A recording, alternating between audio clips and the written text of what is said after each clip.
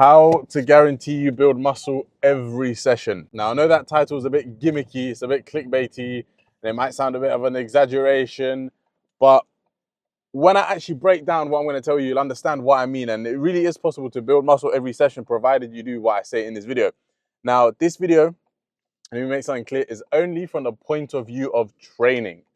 I'm going to assume that all other variables that contribute to muscle growth, i.e. your sleep, your nutrition, your recovery, are ticked. This then opens the stage for me to make videos on how to make sure those other boxes are ticked, which I will and I can do in the future. So if you're interested, leave a comment down below saying you want more diet videos, more nutrition, recovery, how to get better sleep videos. But for now, this video is just from the lens of training. Boots on the ground, what to do in the gym type of video. This is what this video is. Now, before we get into it, I did have a bit of a fanboy moment this morning, I'm not going to lie. Faz Lifts commented on my video and I fuck with Faz. I like his videos. I watch his videos regularly. And it's nice how I didn't even promote yesterday's video about progressive overload anywhere. I didn't put it on any Reddit pages. I didn't link it in anyone's comments. And so my video must have just appeared on his subscription. So yeah, shout out Faz, man. Appreciate you, bro. Appreciate the comment. Appreciate the kind words. And if you are watching this video, then hey, look at me. Twice, 2 days in a row, I've landed on your recommended. Anyways, let's get into the meat and potatoes of this video. The way you'll guarantee that you will build muscle every single session is if your reps have an involuntary slowdown of concentric contraction speed. What on earth is all that mumbo jumbo? I'm going to break that down in this video and we'll go into detail about every single thing I just said in that sentence. But that sentence can just be summarized as training hard. So really, the way you're going to guarantee you build muscle every session is by training hard. This video, I'm going to show you and tell you what training hard looks like. And when I say looks like, I mean literally and physically looks like, so that next time you're in the gym, you'll be able to look at someone and know they're training hard, and you'll be able to assess yourself and know, am I training hard? And at the end of the video, I'll give you some questions you should ask yourself and some reflections you should do to know whether you're training hard, or should I say hard enough to build muscle. All right, let's break down that sentence. An involuntary slowdown of concentric contraction speed. A bunch of fucking complex words. What do you need to know? All you need to know is that to build muscle, you need to do reps in which the bar speed slows down. More specifically, the concentric portion of the lift. The concentric is the pushing portion of a lift. So let's take a squat, for example. The concentric would be you coming back up from the bottom. Let's take a bench press, for example. The concentric would be you pushing the bench off your chest. Let's take a row, for example. The concentric would be you rowing the bar towards yourself. Those parts of movements, we want those to be slow. We want those to be slow, tough, and grindy. Now, why the concentric? Why not the eccentric? The eccentric portion of a lift is when muscles lengthen, and also the eccentric portion of a lift is when we're stronger.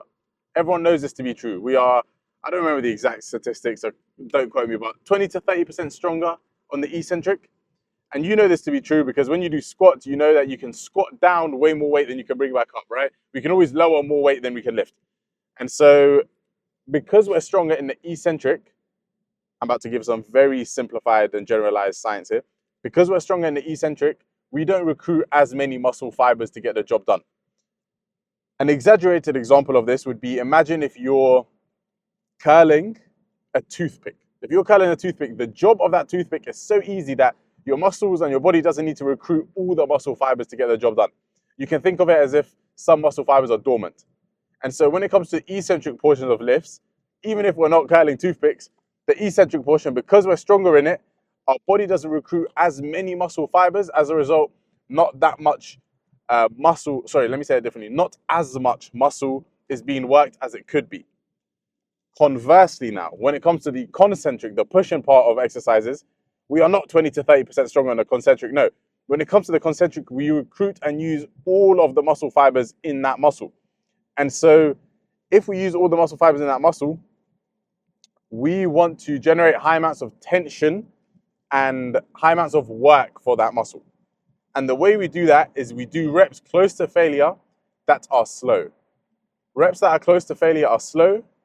Reps that are slow are close to failure. Simple as that. But hear this now.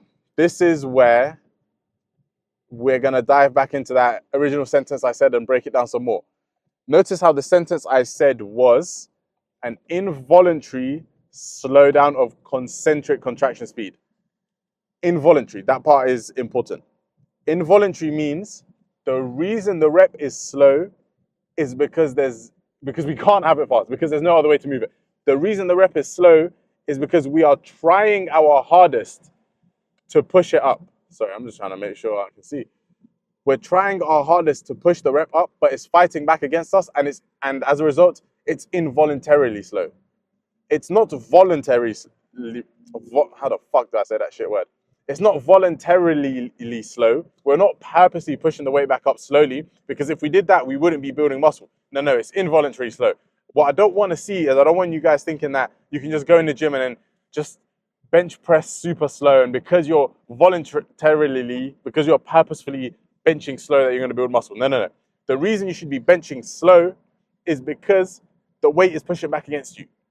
Because your muscle fibers are fatigued, because you've given them a lot of work, aka tension, aka stimulus. And so it should be involuntary because we should be trying to push as hard as we can, but it should be tough. And these are the exact reps that build muscle, and this is how you're going to guarantee you're going to build muscle every session. If you do these slow reps in which you're trying your hardest to push, but the weight's heavy, you're training close to failure, and the weight's pushing back against you, resulting in the reps being slower. Now, remember, it's an involuntary slowdown of rep speed, so you're not purposely going to be lifting it slowly to try to generate muscle. No, that's not going to work. You need high degrees of effort and a close proximity to failure. And those two things go hand in hand. When you're in a close proximity to failure, you're eliciting high amounts of effort. You're trying hard. And so by being close to failure and by trying hard, that's going to give us those slow and tough, grindy reps. And it's these slow and tough, grindy reps in which we have a slowdown of concentric contraction speed. In other words, the lifting portion of the lift, that's going to build us the muscle. And so the question you need to ask yourself when it comes to assessing whether you're training hard enough or whether you're going to build muscle this session is, did I get any slow reps in my set? That set that I just done, were there any reps in which the bar speed slowed down? And not slow down because I made it slow down, not slow down because I purposely lifted it slow. No, slow down because it was hard, it was tough, and it was pushing against me.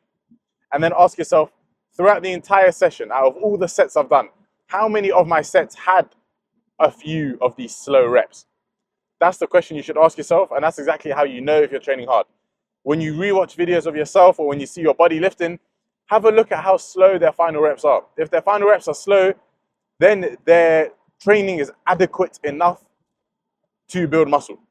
Now, bear in mind, they need to make sure all the other things outside the gym are checked. They can't be training hard exactly as I've described in this video, but then eating 200 calories a day and staying up late night playing Spider-Man 2, just like me. They got to make sure other variables are ticked, which, like I said, leave a comment below if you want to see those videos.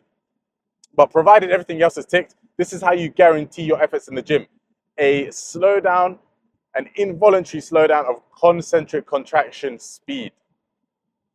Now, oftentimes what accompanies this slowdown of rep speed is ugly facial expressions and grunting. And I didn't want to include these as proxies, that's the right word, a proxy, but I won't use that word, I'll just use a simpler word, signs. I didn't want to include those videos as signs of you training hard because everyone's different. Some people put uglier faces than others. I know I look like a freak when I lift. This is why I don't like lifting heavy when my gym crushes around, which is a double-edged sword, because I want to lift heavy, but I don't want to lift heavy because my faces are so ugly. You'll never like me. Anyways, yeah, when you pull ugly faces and you grunt and you're really trying and you're putting them ugly faces, that's usually a sign that you're training hard, but not always, because we've all seen them uncles in the gym that do a set of 10, nowhere near failure, but every rep they're and they're nowhere near failure. And so because of that, I can't put your facial expressions or your grunting as a measure of you training hard. Instead, we need to use an objective measure, that being the slowdown of bar speed, right, or the slowdown of rep speed. And the reason it's an objective measure is because you can objectively measure it. If you were to time how quickly you do your first rep versus how quickly you do your last rep, you will literally see data will literally tell you that the last rep was slower to get it off your chest, if we're using bench press as an example. So the way you're going to build muscle every single session is by training hard. the way you're going to train hard is by having a slowdown of concentric contraction speed, and involuntary slowdown that is. And the way you're going to do that is by training close to failure with high effort, high intensity, and going for those slow reps. Now, a last thing that just popped into my mind is never break form to achieve these reps. Make sure form stays consistent. But that's the whole form breaking down when we approach failure. There's actually a lot to be said and a lot of tips to be given about that topic that I'm going to cover in another video. And so I'm going to love you and leave you now, but don't click off the video just yet. Bear with me. If you like what I said in this video, and if I'm on your screen right now, then I've kept your interest somehow. If you've gained any value from this video and you want to know more about this type of things and you want me to help you one-on-one, coaching links are down below. You can book a free call with me, completely free, or check out my Instagram. Check out my testimonials on Instagram as well. And then watch this video next, which is 4 methods to train harder.